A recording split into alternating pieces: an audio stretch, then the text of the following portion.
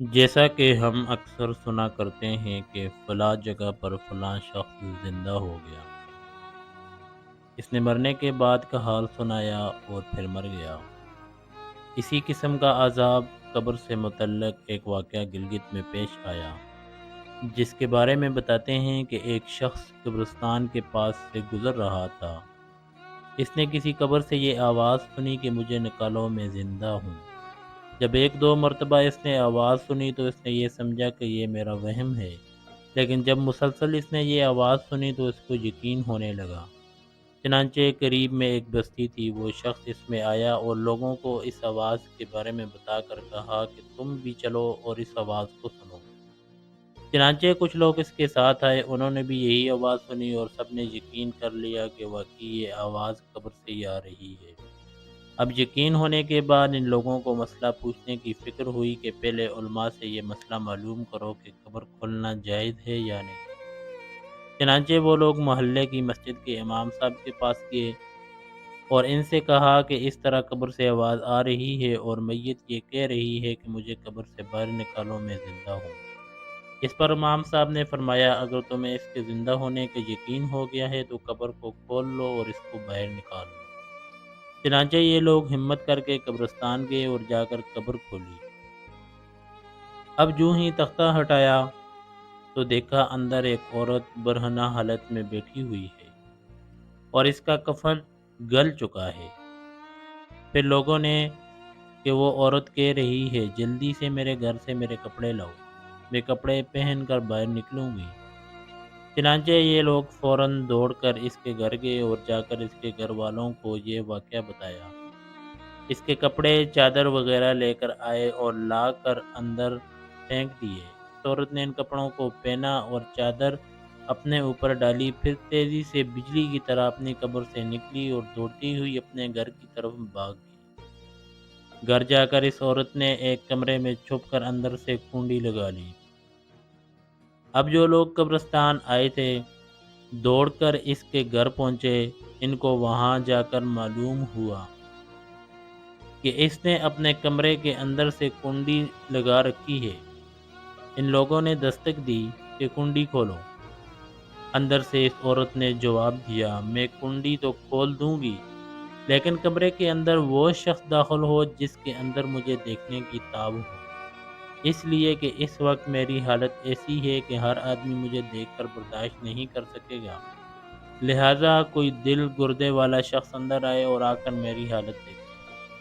اب سب لوگ اندر جانے سے ڈر رہے تھے، مگر دو چار آدمی جو مضبوط دل والے تھے انہوں نے کہا کہ تم کنڈی کھولو، ہم اندر آئیں گے۔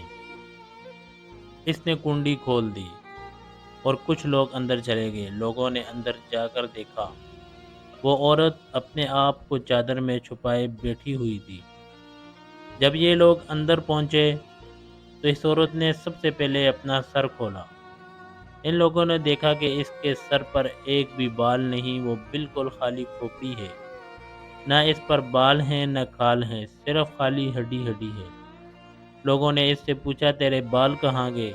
اس عورت نے جواب دیا کہ جب میں زندہ تھی تو ننگے سر گھر سے باہر نکلا کرتی تھی، پھر مرنے کے بعد جب میں قبر میں لائی گئی تو فرشتوں نے میرا ایک ایک بال نوچا اور اس نوچنے کے نتیجے میں بال کے ساتھ کھال بھی نکلی۔ اب میرے سر پر نہ بال ہیں نہ کھال ہے۔ اس کے بعد اس عورت نے اپنا منہ سے کپڑا ہٹایا۔ جب لوگوں نے اس کا منہ دیکھا تو اتنا خوفناک ہو چکا تھا کہ سوائے دانتوں کے کچھ نظر نہیں آیا۔ نہ اوپر کا ہونٹ موجود تھا نہ نیچے کا ہونٹ موجود تھا، بلکہ 32 کے 32 دانت سامنے جڑے ہوئے نظر آ رہے تھے۔ سوچئے اگر کسی انسان کے صرف دانت ہی دانت نظر آئے تو کتنا ڈر اور خوف معلوم ہوتا ہے۔ اب ان لوگوں نے اس عورت سے پوچھا، تیرے ہونٹ کہاں گئے؟ اس عورت نے جواب دیا، میں اپنے ہونٹوں پر لپسٹک لگا کر نامحرم مردوں کے سامنے جایا کرتی تھی، اس کی سزا میں میرے ہونٹ کاٹ لیے گئے، اس لیے اب میرے چہرے پر ہونٹ نہیں ہے۔ پھر اس عورت نے اپنے ہاتھ اور پیروں کی انگلیاں کھولی۔ لوگوں نے دیکھا کہ اس کے ہاتھ اور پیروں کی انگلیوں میں ایک بھی ناخن نہیں تھا۔ تمام انگلیوں کے ناخن غائب تھے۔ اس سے پوچھا تیری انگلیوں کے ناخن کہاں گئے؟ اس عورت نے جواب دیا ناخن پالش لگانے کی وجہ سے میرا ایک ایک ناخن کھینچ لیا گیا، کیونکہ میں یہ سارے کام کر کے گھر سے باہر نکلا کرتی تھی، اس لیے جیسے ہی میں مرنے کے بعد قبر میں پہنچی تو میرے ساتھ یہ معاملہ کیا گیا اور مجھے یہ سزا ملی کہ میرے سر کے بال بھی نوچ دیے گئے، میرے ہونٹ بھی کاٹ دیے گئے اور ناخن بھی کھینچ لیے گئے۔ اتنی باتیں کرنے کے بعد وہ بے ہوش ہو گئی اور مردہ بے جان ہو گئی، جیسے لاش ہوتی ہے۔ چنانچہ ان لوگوں نے دوبارہ اس کو قبرستان میں پہنچا دیا۔ محترم ناظرین، اللہ تعالیٰ کو یہ عبرت دکھانی مقصود تھی کہ دیکھو اس عورت کا کیا انجام ہوا اور اس کو کتنا ہولناک عذاب دیا گیا۔ بے پردہ خواتین اس واقعے سے عبرت لیں اور ان گناہوں سے توبہ کریں جس کی سزا بروز قیامت بہت سخت ہے۔ اللہ پاک ہمیں عمل کی توفیق عطا فرمائے، آمین۔